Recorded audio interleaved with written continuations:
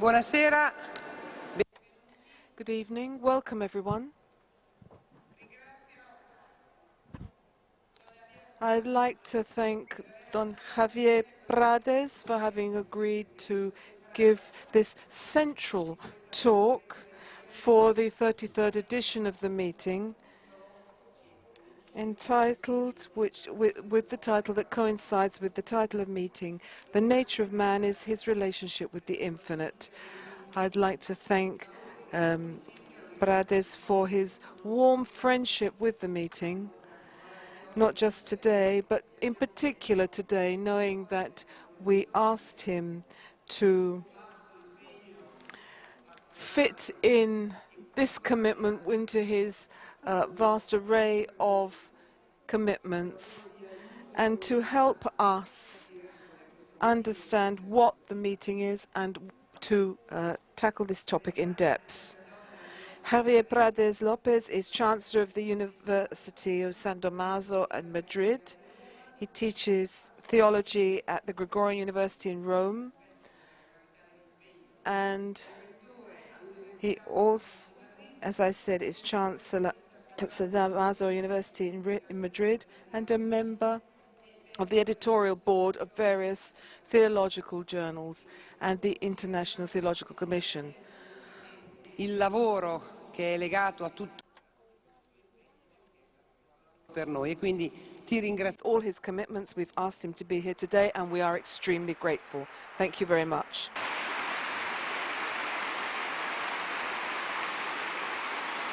Prima di cedergli però la parola, before asking him to take the floor, I would like to emphasize that in the past few days we have seen very clearly that the nature of man is his relationship with the infinite. We have listened and seen the testimony of Reverend Abukawa yesterday afternoon. We have seen it in the pressing need for love and peace and beauty unleashed by the music and dance of the inaugural event. But we've also seen in the past few days how this nature, which acknowledges its relationship with the infinite, becomes mankind capable of looking at reality with in a different way. The exhibition on Rock by Walters, the exhibition of Tatiana Kazakinsa on Dostoevsky, and these illustrate a Christian view of the world. As Don Haron says in his introduction to the catalogue to the exhibition, an introduction to what is new knowledge. So this nature of man as his relationship with the infinite is something that we have seen and continue to see at work. And we've also seen how this topic is attracting interest not only at the meeting, but is becoming a topic around which the press at large is discussing, realizing its historical impact of a human position of this type.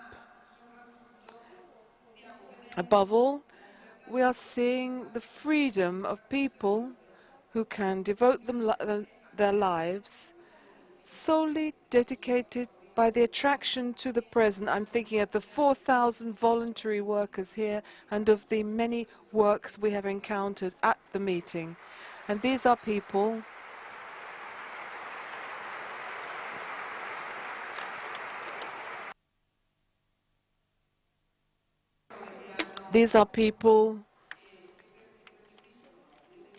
who perceive in their own experience the relationship with the infinite, and to live the awareness of this nature, they spend their time here free of charge. As Don Giussani once said, talking to the volunteers, the one way to imitate the divine and to share the relationship with the infinite is to work free of charge.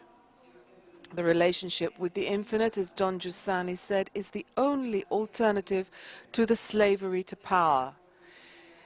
It is not the relationship with power that can be measured by the degree of applause. The problem is living an experience, living a personal condition which allows us to be free from the slavery of power. And in these days we are taking part in an event with an increasingly large number of participants, an event which has been able to welcome the Prime Minister not for political gain, but by knowing the significance of this meeting, realized its importance. And as we said to Prime Minister Monti, when he wondered, how will they welcome me? We said, Prime Minister, this public is free.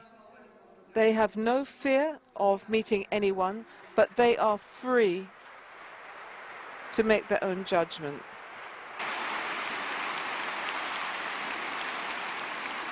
Che ha la libertà di They are free to choose the speakers they wish to listen to. We know very well that the most precious gift we have is our desire for truth, and we are not prepared to risk this truth with any form of power by keeping our desire for truth alive. Our friend Walid Farouk, who is here in Rimini from Egypt, and we will be meeting him in the coming days, he said about the struggle for freedom in Egypt that we do not fight to conquer freedom, but we fight because we're already experiencing freedom. And we will never cease to ask politics and power the outcome of what we already experience and which no power can take away from us. And this is the reason today's topic enters deep into the human beings we are and how we live in history and in our reality. And that is why we are interested in understanding further why the nature of man is his relationship with the infinite. Thank you.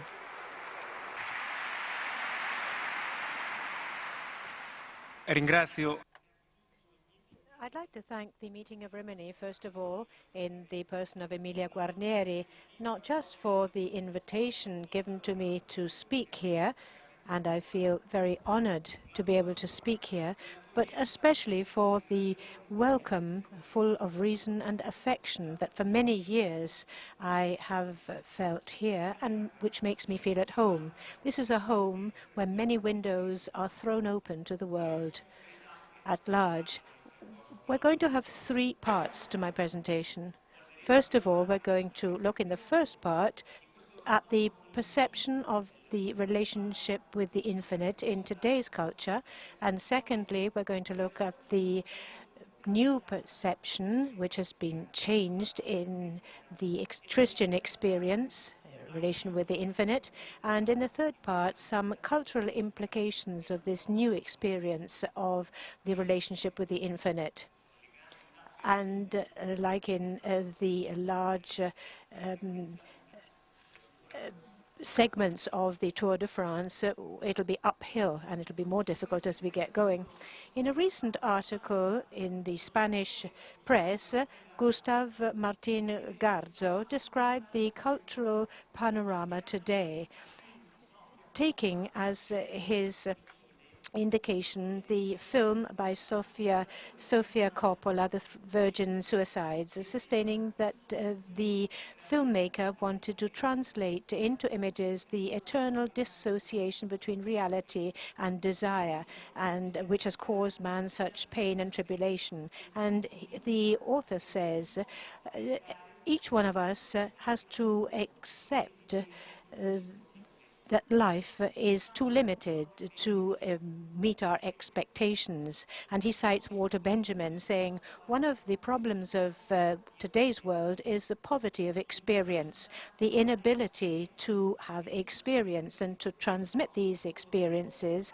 This is perhaps one of the few certain facts that today man knows and has about himself. The mundanity of our life goes hand in hand with the banality of much of the culture of our world. We go from one story to another without any of these leaving on our lips any words worthy of being retained. And he finishes like this: men and women today live without any restraint to their desires, and despite this, only rarely have they had fewer things to say to each other. Martin Gazzo, the journalist, sees that there's a disproportion between reality and desire, and he denounces the banality of our eras and attributes this to the poverty of experience, human experience, lived experience that can change life. And he says, looking at this impoverished state, that it's very rare that anybody really wants to tell a real story to somebody that's worth saying. And he says, even if we put no limits to our desires, we still have nothing to say to each other. The journalist Pedro Garcia Guardango, in the pages of his newspaper, says also that there's an overwhelmingly banal social climate.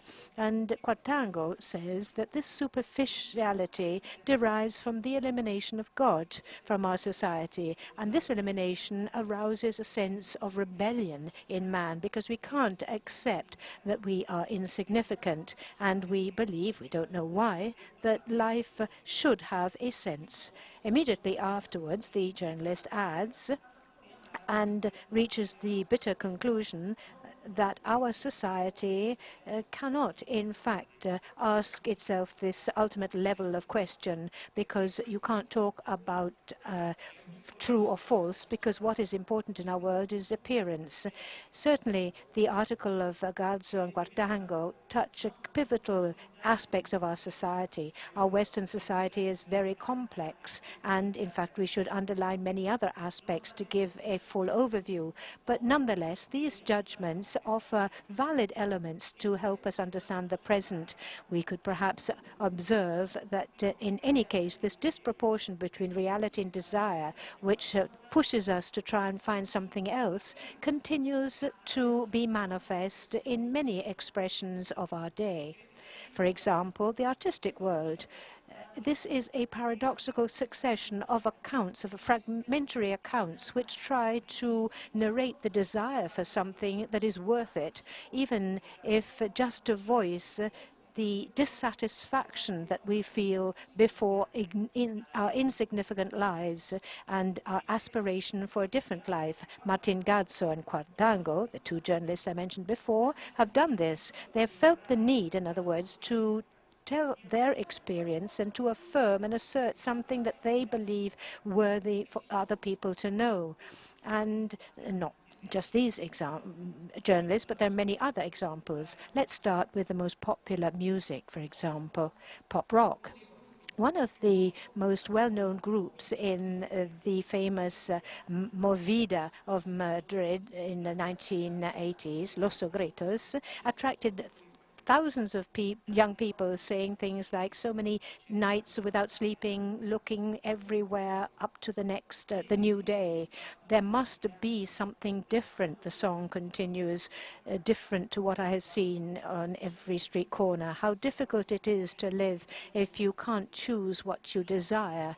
I dream of something which allows me to leave myself and which allows me to feel that there is something in life which is beyond you. We could mention many other international famous pop groups that have attracted thousands of young people throughout the world, and their narration is a cry for help. Very often stridently, they're seeking something, they're seeking an answer, and it's sometimes so inadequate and partial that they indeed confirm the paucity that they decry. If we go to another contemporary form of art, which is much less popular and which demands a great deal more to be understood, and here I refer to sculpture, and in particular one of the most significant advocates of the 20th century, Eduardo Chillida. To understand his sculpture, we have to change register, as it were, change from the frenetic rhythms of pop rock and immerse ourselves in the dense, stimulating silence of the monumental works of this great sculptor who comes from San Sebastian.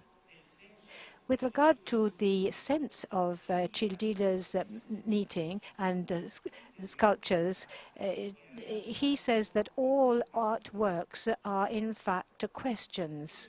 And his works, he says, intend to put us before an infinite horizon at a mysterious vanishing point, which is part and parcel of reality as a whole. And I cite him. He says, I would like to put man before a spectacle which is so striking as is the horizon, which is unreachable and necessary. Because if you think about it, in fact, the horizon is unreachable. Nobody can deny that. If you go forward, the horizon steps forward and steps backwards. And I have come to the point when I think that perhaps the horizon is the homeland of all men. That's the end of the citation.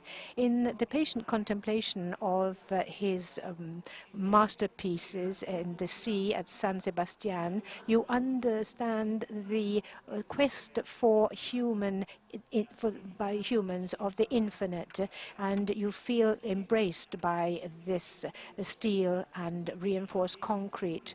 This is in which Chillida writes. His works, in fact, puts itself at the surface of the yearning and the highest yearning of the human spirit and puts this gives it expression.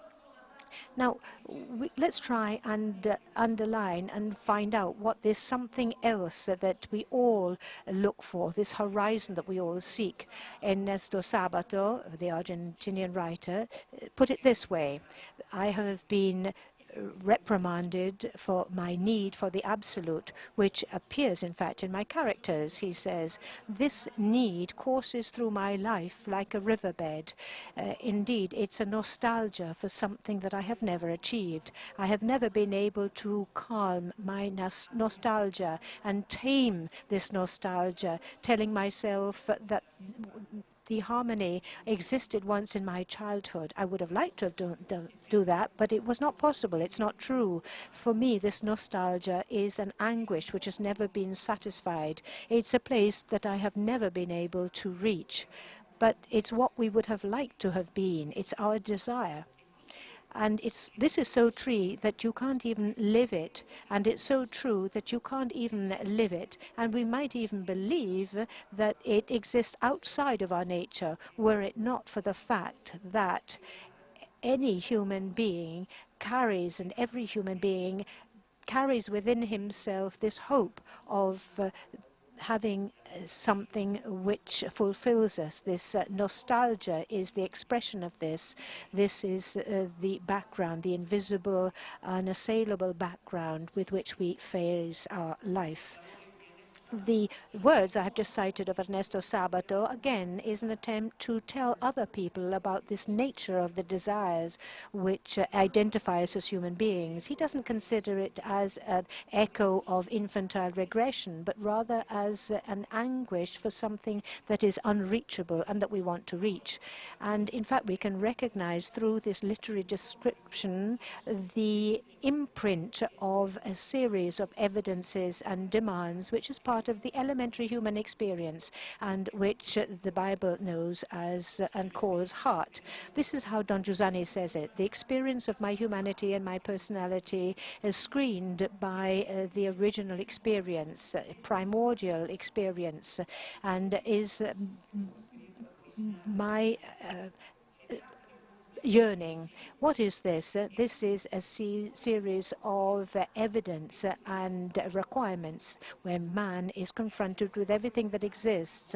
In fact, this could be given many names. It can be summed up in many ways. It can be called happiness, truth, the demand for justice or whatever. But anyway, it's a spark which moves the human locomotive, and without it there is no human dynamic.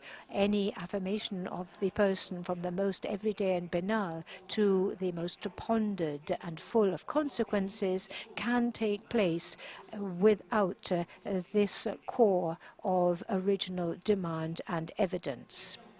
As we have been able to see in our very rapid overview, from journalism to music to sculpture, many voices, in fact, talk about this elementary experience, about this complex of demands and evidence which move life and thrust life forward and thrust us to discover that ultimate horizon and to ask ourselves and to try and find out why we live.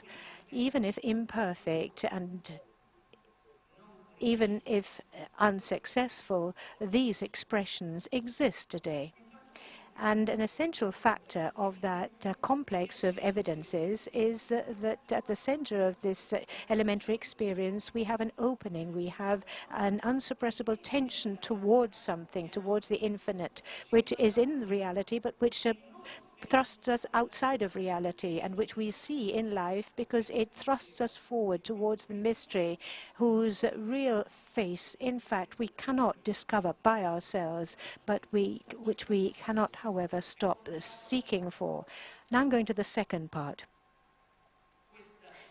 This experience of our relationship with the infinite through the novelty of Christianity.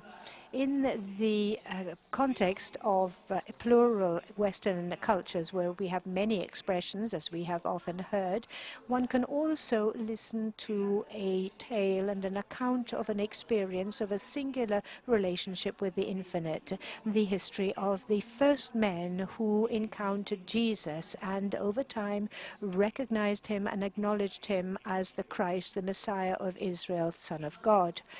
The Gospel is a long account of experiences linked to the relationship with the infinite. The evangelists knew facts which were worthy of telling. They didn't put them down in writing to entertain, but rather to confirm the solidity of the teachings received. As Luke says, we could refer, and we know practically all of us here have many scenes of the gospel in which many different people meet Jesus, and then they recount and tell the tale to their families, friends, and neighbors. In all these episodes, a person runs to tell somebody else of something which is not banal because it changed their lives, the meeting with Jesus of Nazareth.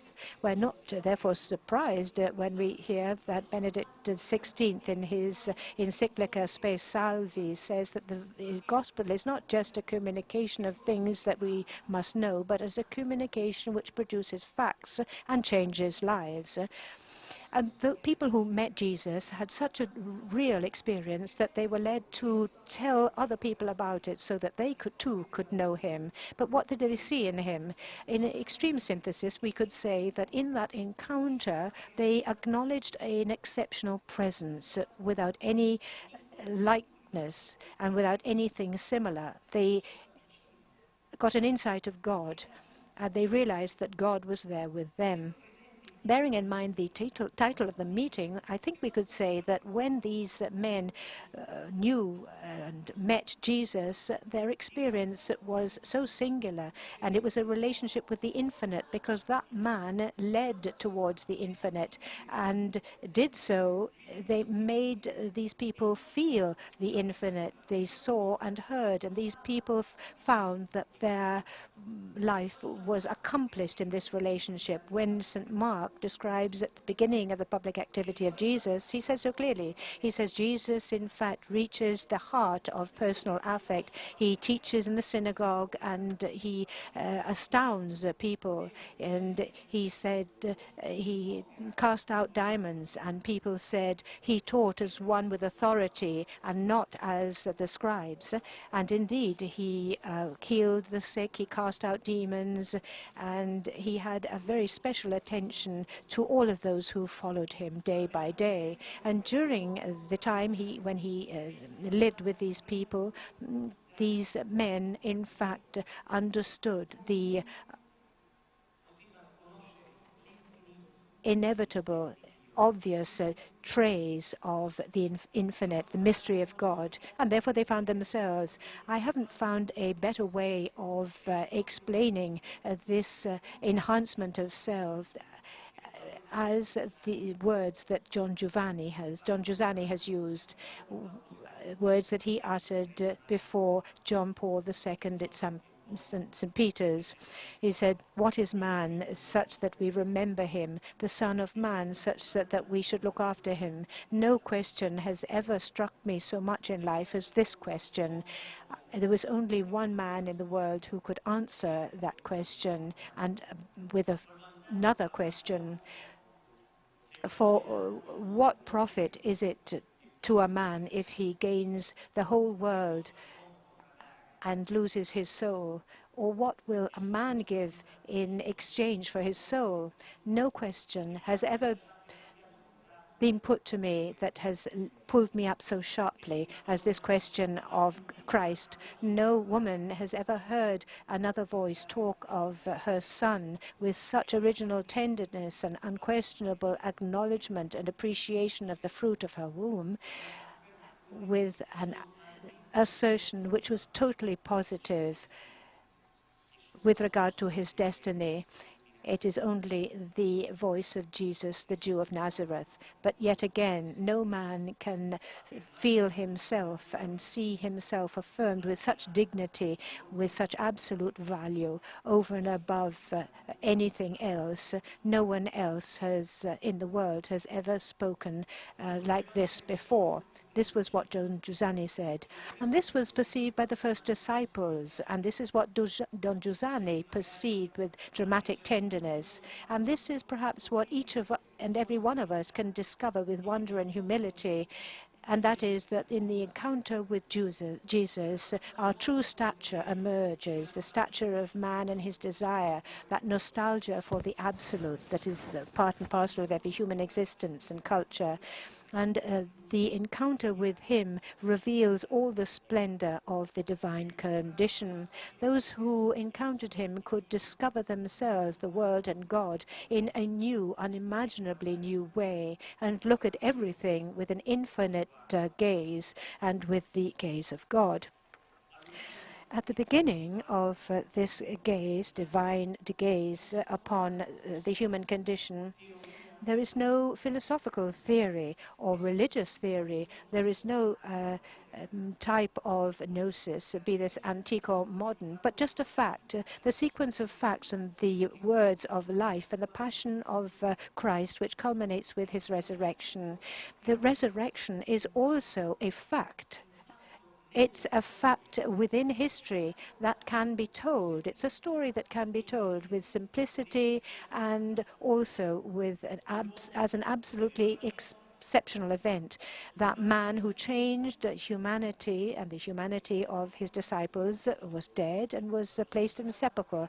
And when it seemed that the bitterest of disappointments had quashed all expectations, because that exceptional presence to succumb to death and left us in darkness, the Gospels tell us that something actually happened after that. 3 days after his death, some people who had known him hear their names spoken, and they go and turn their heads to those who called him, to the person who called them.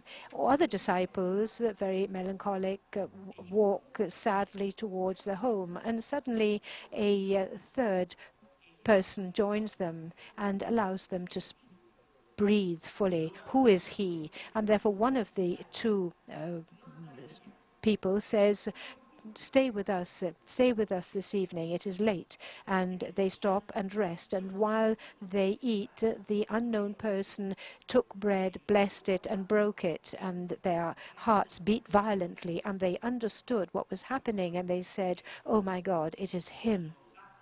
These are facts like these that the primitive Christian tradition tells repeatedly. It's an account that is repeated, and St. Paul says that afterwards that they appeared to 500 people. Most of these are still alive, St. Paul says. Some of them are dead. And these facts and these worlds, which culminate in the fact of the resurrection, leads to a radical change of the experience of the unreachable horizon that Chilida, in fact, considers as the common homeland of everybody. Don Giussani helps us to understand this core of the Christian faith and says, risen Christ, and this is something that I really want to underline today, what I'm just about to say.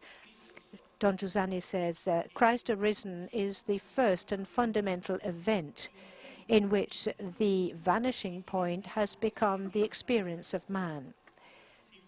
And as in reality, the vanishing point in any reality is the indication of something that is beyond. This thing that is beyond has become flesh and blood, and the content of the vanishing point has become the experience of man, because the content of the vanishing point is the mystery of God, and Christ arisen and God incarnate, which becomes part of your experience. This is what Giussani says. And this is the keystone of our passage today. And what Christians bear witness to in their accounts is not the suppression of human questions or the disappearance of the enigma of existence, but it's a surprising way, rather, of living the content of that other and that beyond which is written in everything.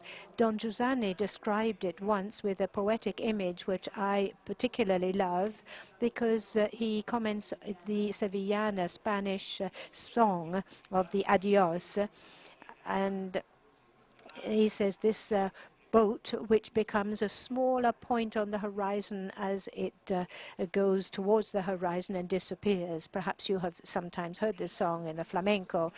Giussani, before this song, put it this way. He said, the Christian is a man leaning against the bars of the door, and he looks at the sea, and there's nothing on the sea except that little line which is called the horizon. While usually for man, that horizon, that line of the horizon, is the point where everything disappears, the little boat in the song, in fact, disappears. For the Christian, that line of the horizon is like the enigma, the mystery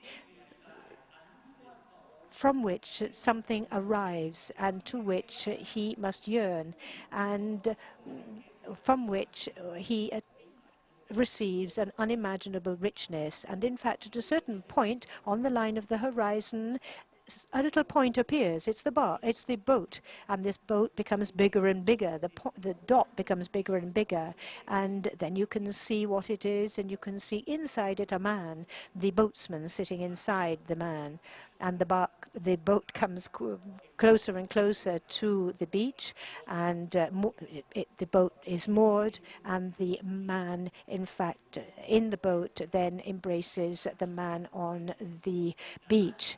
This is Christianity which is born, and the man who is waiting and who embraces the man who arrives again is the enigmatic horizon which is unknown. Now, what consequences come from participating in this experience of that resurrection and that embrace? The most important thing is the novelty, is something new.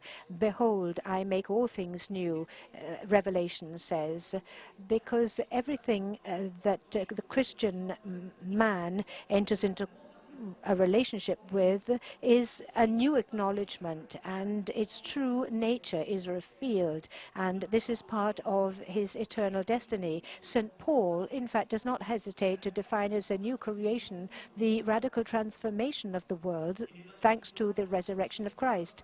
And in the Gospel of St. John, Jesus exhorts as Nicodemus to be born again, even if he is an old man.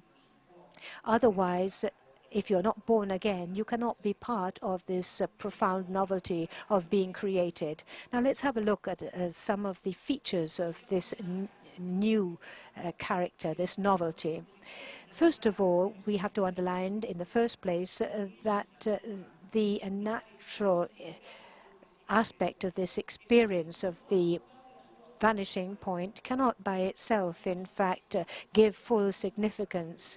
How many expressions of this dissatisfaction have we seen, in fact, and I cited in the first part of my presentation? The consequence of this dissatisfaction in its natural form is that we cannot experience in our own lives something which really changes the world. The natural form changes only when, thanks to the encounter with Christ, we start to experience the purpose of everything, the relationship with a good and definitive destiny through our being and acting in the world. To give you a very simple example of what I'm saying, suffice it to talk about those situations in when you hear a companion at work say, well, you're rather different to other people. Why? This sort of episode, which is apparently not very important, is rather like the seed of the experience of a new world, the change of the world which is born from the resurrection of Christ. The work colleague, in fact, perceives something, and he can't place it, he can't give a name to it, but physically it is already, you could say, different from what other people do.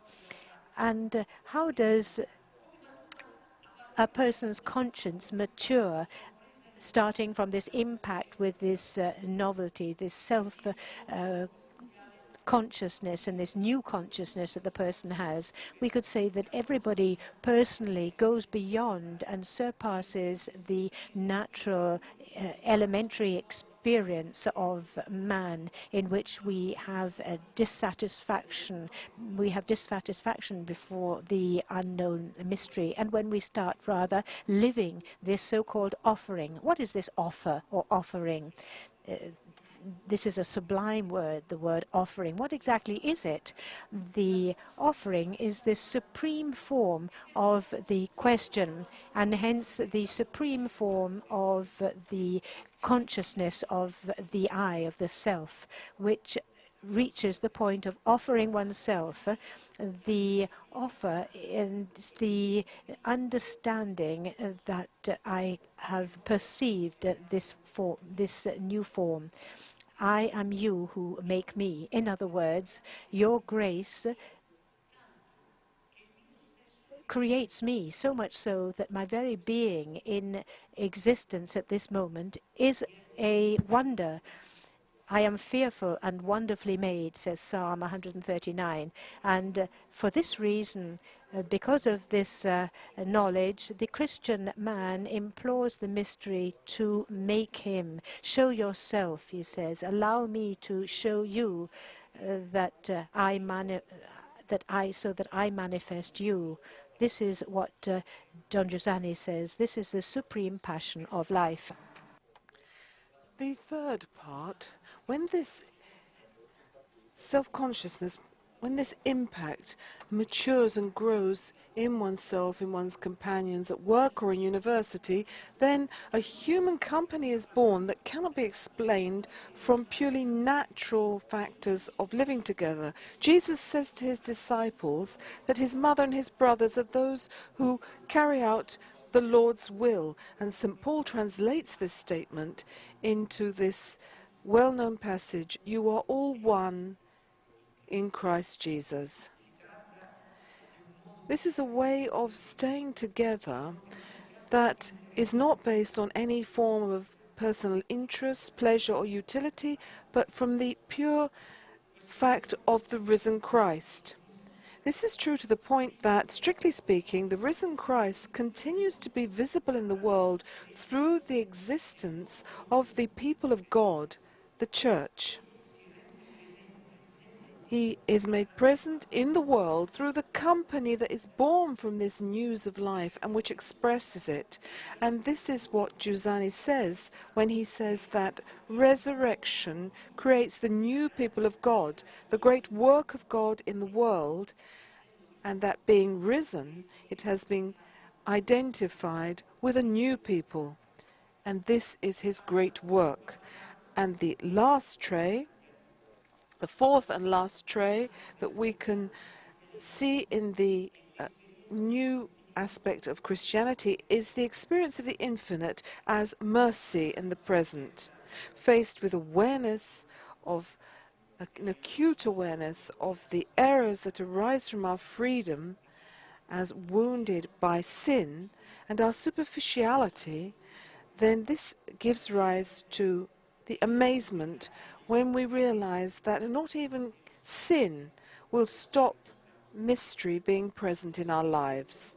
With a very colloquial expression, John Giussani said, then after everything I've said, one becomes a little dog and taking a wee up against the plants and then says, oh goodness, look. And for him, everything would be finished. Instead, the person who does it from his very mistake, he says, see, I am forgiveness. So, very synthetically, these four clear trays of the news of life that the risen Jesus brought to the world, four clear trays of the realization of this relationship with the infinite. A reality which draws self-consciousness into offering company without interest and mercy. And here we've come to the third part, and here we come to the crux of the matter. We want here to bear in mind that the title of this edition of the meeting explicitly refers to man's nature, of how man is made, not just what we think, but how man is made. And in this connection we will enter into detail because there may be some objections. The story we can recount with enthusiasm, the story I have just mentioned. Is this a truly universal story? Is it for every man? Does it have the strength and the cultural dignity to compare itself with the conquests of natural and social sciences that seem to reduce it to purely subjective feeling, something private? In this connection, I recalled a song by Claudio Chieffo. They will tell you that your father was a strange character, a failed poet, a deluded Christian. They will tell you that your mother was sentimental, that she still prayed to God when we should have been shouting. The story that we've told could basically be simply a poem, illusion that can console us, a sort of emotional self-conviction. In the 70s, before the refusal of Christianity in name of social and political rebellion, today the challenge is different. It is more profound. There is no need to eliminate Christian faith. All we need to do is to shut it in a ghetto of subjective opinions, sentiment, and convictions that can be professed in private as long as they have no claim to tell the truth about man, the world, or about God. We're interested in this third part because we can be victims of this look at ourselves as if experience, the Christian experience that is encountered and that is spoken of with enthusiasm, did not have the strength to change the understanding of what is human. And this also as if we were vulnerable and gave in to the suspicion that this meeting does not tell us the truth about man. It doesn't tell us about the nature of man, and hence is not in the interests of all of us.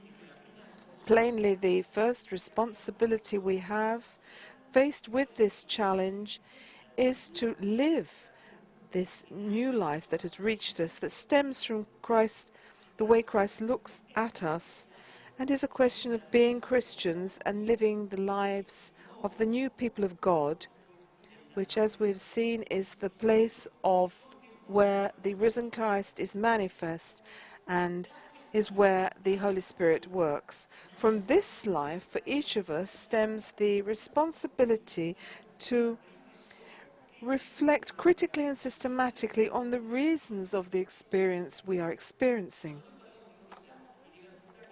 When we talk about news and diversity that is attracting and surprise, something that is different from a state of mind or a feeling, these traits find their foundation in the nation of, do they find their foundation in the nature of man? And can they reasonably be proposed to everyone? Obviously, this cultural work is extremely detailed. I will limit myself to the sphere in which I am most expert. But each of us will have to ascertain in their own setting how this change in the scheme of the world that St. Paul urges each Christian to experience. The Christian faith, we have said, is born of a dynamism of encounters. This particular story, from the outset, has had the vocation of going to the extreme confines of the world, both in a geographical and spiritual sense. And this is something we can experience today. Then as this story grew, bringing testimony of the news of life, over the centuries, reflection on man's experience from the sacred texts and from tradition and from the use of man's reason illuminated by faith. And from the core of this doctrine is the affirmation of man as created in the likeness of God.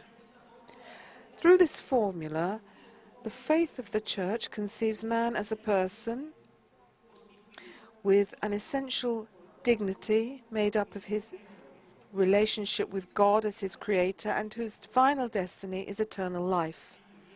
As Pope Benedict recently wrote in his message for the meeting, saying that the nature of man is his relationship with the infinite means saying that each person has been created to enter into dialogue with God, with the infinite. At the beginning of the history of the world, Adam and Eve were the fruit of an act of love by God, made in his likeness, and their lives and their relationship with the Creator coincided. Their lives and their relationship with the Creator coincided. And this is why the Second Vatican Council says that man is the only creature that God wanted for himself, and that he cannot be fully found except through a sincere gift of himself. Faced with the question of Psalm 8, what is man that you are mindful of him, and the Son of Man that you care for him? The Church answers saying that man is the image and likeness of God. To understand this view of man, faith has proposed throughout the centuries a series of affirmations, the three most important being that man is in the likeness of God. This is more or less understandable. At least these three things. Firstly, man in the likeness of God is because man is one in body and soul.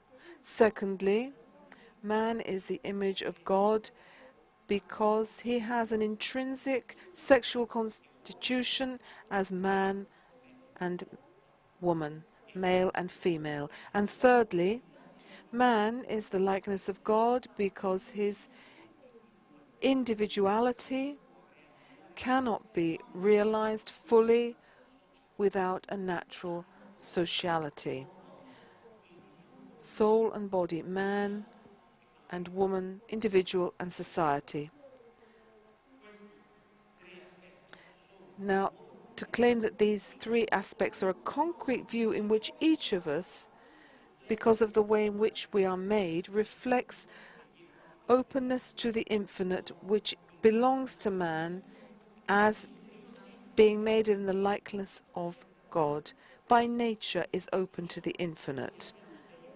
And we have a concrete experience of this in these three dimensions that I've just mentioned. On each of these 3 points, we could open an interesting debate because the dominant view in the Western world has undertaken is involved in a furious debate. The fact of whether being man or woman has been discussed from the beginning of gender studies. On the relationship of individual and society, we could talk endlessly. Let's just leave these 2 points and just make a few suggestions on the first of these traits, which to some extent is the founding trait. Each of us is himself in a single unity of mind and body and soul. And for this reason, this is highly criticized by a mentality that aspires to a reductionist view of science, which says that man is explained by matter. No one is denying the corporal dimension of man, but instead of respecting the duality of these two elements, body and soul, and accepting the enigma and their unity, there are theories that consider the duality false by catching hold of just one of the two poles. As I cannot bring them together, I will get rid of one of the poles. If these reductions could have been spiritualist at other times, eliminating the human body, the current theories resolving the enigma of mankind by focusing on eliminating the spiritual dimension. This is not resolved, but simply dissolved. These theories would be a radical objection. The relationship with the infinite described in the symptoms of nostalgia, dissatisfaction, questions of life and death and expectations would simply be the outcome of previous facts. Initially, at the start of the 20th century, psychological input, materialistic psychology, and then they said, no, it's sociology. And then they talked about biology, and now we will be talking about neurobiology, and soon we'll be reaching chemistry and physics. Going back paradoxically to the theories that led to the start of Western thought. So all these traits that I have been mentioning with such enthusiasm are purely material. The self and the opening of the self to the infinite is such that we talk about a naturalistic conception of man, so that spirituality is reduced to the brain, a neurobiological organ, which Crick defined as simply a heap of neurons. Naturalism probably is one of the most formidable adversaries of the title of this meeting. These theories must be based on a prejudice which can be based on the fact that scientific conquest forces to exclude the existence of the spirit of man. We are unable to identify the spirit of man, and therefore it doesn't exist. And this is the first plain reduction of reality and its knowledge, which is not subject to debate. Human knowledge would be exclusively based on science. The meeting has dealt with this topic on many occasions. I will simply recall that if we do not respect the different ways of using reason, serious errors will be committed, as Jürgen Habermas said when he said that the scientist's belief in a science which one day will not only fulfill but eliminate personal self-conception through objectifying self-description is not science but bad philosophy. But if we avoid these methodological abuses and we believe that unlike what a certain superficial interpretation can suggest, the world of science today is open to a fertile dialogue. In this sense, the point of contact between the ordinary man, all of us here today, doing their different jobs, the philosopher, the scientist, and the theologian, have interest in knowing about self and his freedom. So for this reason, we claim that the answer to the enigma of the duality soul-body of man will never come solely from science. It's one of those areas that with more clearly a multidisciplinary approach is required. When we find objections of this sort, which appeal to scientific knowledge to resolve the duality of body and soul and eliminate the relationship with the infinite that belongs to human nature, what can we say? Briefly, let me recall some well-known facts that are extremely topical for today's subject. The first surprise is that a purely materialistic position cannot explain the singularity of the human body. The anthropological sciences from the mid-20th century onwards show us that man's body is different from the body of animals because it is the body of a spiritual being. Materialistic theories cannot explain this series of peculiarities of man's body. What often happens instead is that experiments are carried out to show that certain animals have reproduced some aspect of certain of man's spiritual activities. And this question emerges. Can we or will we be able to reproduce all the characteristics of a spiritual living being? The German philosopher Spemann claims instead that the decisive question is another one. And he uses this example. What does it mean to be a bat? He says, we don't know. And we will never know. Because we do not have the soul of a bat. We are not bats. And were we bats, we would no longer be ourselves, but we would be bats. And we would never know what it is to be a man. And we would never know either what it is to be a bat, because in all likelihood it belongs to being a bat, not being able to reflect on what it is.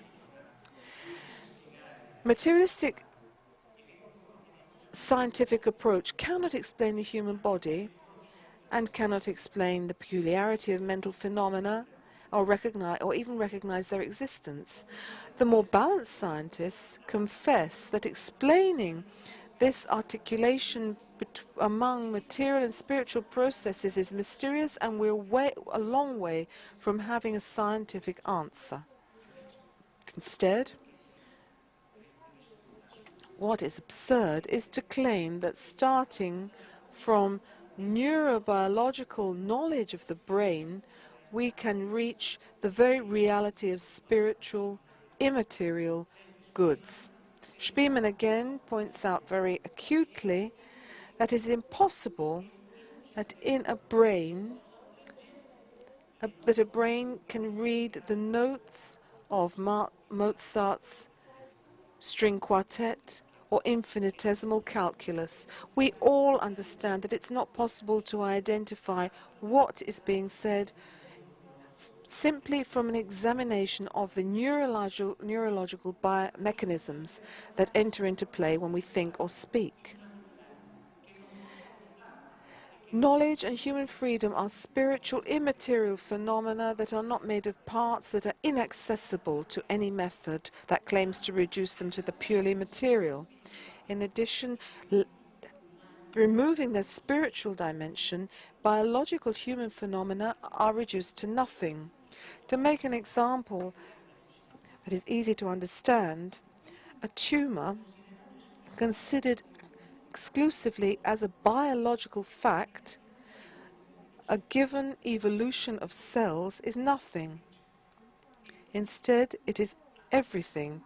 It acquires a whole series of questions, moves all its reason and its freedom as soon as it appears to a spiritual consciousness. Today, we can appreciate the progress of neuroscience that does not reduce scientific knowledge to the result of an experiment. According to this position, which is called the third-person viewpoint, scientists simply observe objects external to him, or man himself, but looking at them as an external object according to a method that is alleged to offer the maximum guarantee of objectivity and universal communicability. For this reason, the third-person perspective claims that everything that cannot be examined in this way remains outside the scientific method. This was a widespread thesis in the past.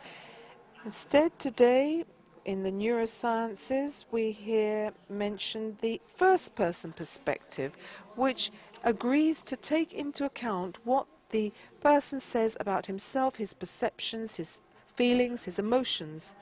From a neuroscientist, considers that it would be a non-scientific prejudice to renounce this source of information which they find, which would be before the person carrying out the experiment. So to claim that in any scientific observation what is not immediately evident per se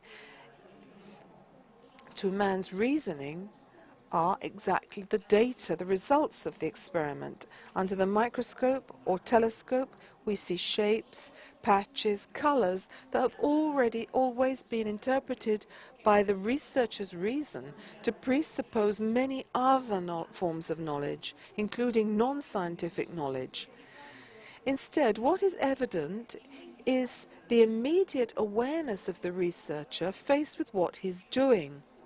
The researcher knows that he is measuring, he knows that he is calculating, just as the immediacy, the concomitant immediacy with which he is present to himself. Any experimental knowledge inevitably passes through the mediation of this purely spiritual experience of the first person, which is the condition of possibility, whereas this does not happen in natural knowledge, where no mediation by scientific knowledge is required. Everything that we have said to now in no way wishes to diminish scientific progress which has shown an amazing interaction among material, corporal and spiritual processes. Man's spirit is not a purely angelical spirit. We are not angels.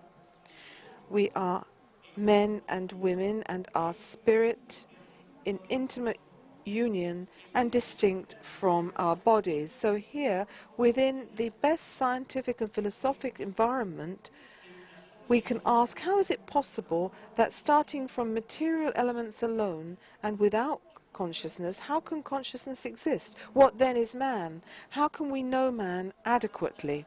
Starting from these scientific questions, and in this case I could be talking about the neurosciences, there arises the fascinating question of the capacity of science to achieve true reality and to ask about the foundations of this consciousness. Science is a spiritual activity of man that man cannot avoid asking about his foundations, not only because he comes up against certain limitations, but also because he is looking for the ultimate certainty of truth that can be attained. So through this path, science is open to interdisciplinary collaboration with other forms of knowledge, which will allow us to take up those questions and reveal in them the ultimate roots, which will convert them into ultimate questions. We will need to draw consequences from what I've said up to now. An explanation, a purely immanent explanation of man, of a material type, will not account for the enigma of man. It doesn't explain the mental dimension that is inevitably used in trying to negate one's existence, nor does it explain the peculiarity of the corporal existence. A materialist conception of man does not explain the corporal and spiritual elements typical of man and that appear in the way he moves. And this is why we cannot explain the very meaning of reason and self-consciousness, which are indisputably present in man and in which his scientific activity is based. When man is conceived in purely material terms, he is reduced to an aleatory fact. No one can guarantee the power of reason to reach the truth or claim its need. If the human condition loses its spiritual character, it is reduced to a pure factum, to a neurobiological datum, to a way of a sophisticated cybernetic mechanism, a sociological fact, an impersonal self-regulation of social structures. In this case, starting from himself, man cannot give himself any meaning. The mere experimental contingency cannot give foundation to reason. In my opinion, this is the decisive diagnosis. The scientific reason, reducing man to pure matter, cannot manage to explain his sense or the way he acts rationally.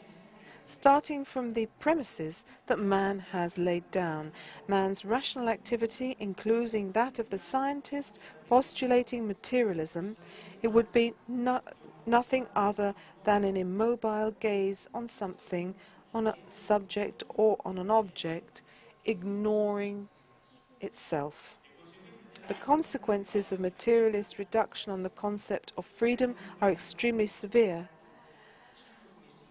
I don't want to dwell on this, but to summarize, I would like to cite the words of a person who was able to herald these consequences and all their crudeness. Let me cite Nietzsche. It was discovered that even this nature cannot be responsible in so much as it is an absolute necessary consequence concreted out of the elements and influences of past and present things. That man, Nietzsche says, cannot be made responsible for anything, neither for his nature, nor his motives, nor his actions, nor his effects. It has therewith come to be recognized that the history of moral valuations is at the same time the history of an error, the error of responsibility, which is based upon in turn, on the error of the freedom of will. If this is the outcome of a conception of man denying the duality of soul and body, if we cannot find an explanation of this enigma, we can at least conclude that the path remains open, and each of us, the common man and the scientist, the philosopher, the archaeologist, will need to embark again on this path. Each one of us will need to discover the wonder faced with himself, to be overcome by the human creation, to wonder at the highly mysterious unity which make us what we are in the likeness of God. And to conclude, the greatest news that Christianity introduces into the world is the experience of the meeting with Christ, dead and risen, which converts the mystery we perceive beyond the point of escape which is found in all of us. And it converts this content into a human relationship. It makes it become an experience. The enigma does not disappear, but it is boosted to the extent that reason and freedom are provoked as they have never been, faced with soul and body and challenged not to reduce the real to measures which do not explain elementary human experience. The fruit of this encounter is a clear self-awareness of self, full of certainty about our origin and the destiny that awaits us, making possible the gift of self. The most wonderful example I have ever seen, which again is Giussani, who explains how that self-consciousness in the simplicity of the heart, what made me recognize the creature of Christ with that immediacy, certain immediacy, which is unquestionable and indestructible, that having entered into the horizon of our person, penetrate the heart.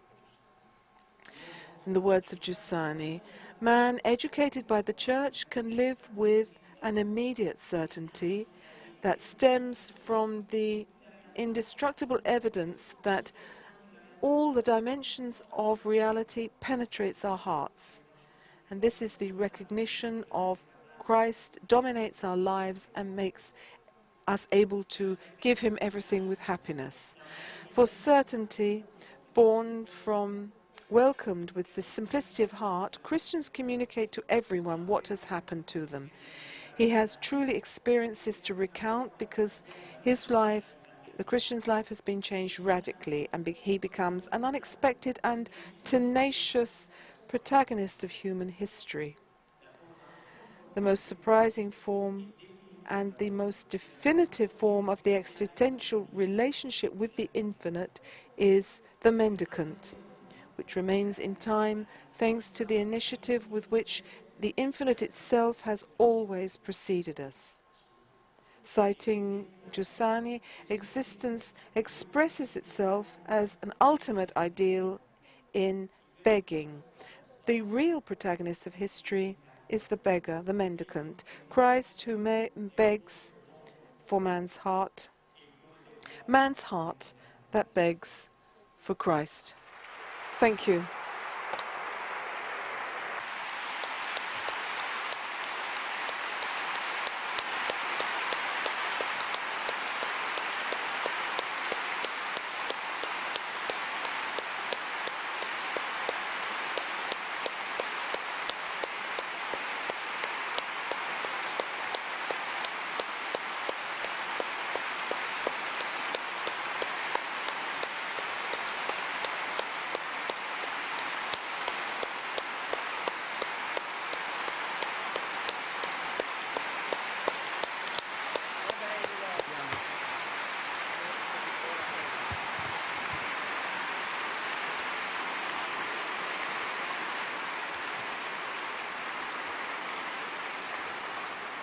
Caro Dear Prades, you were right.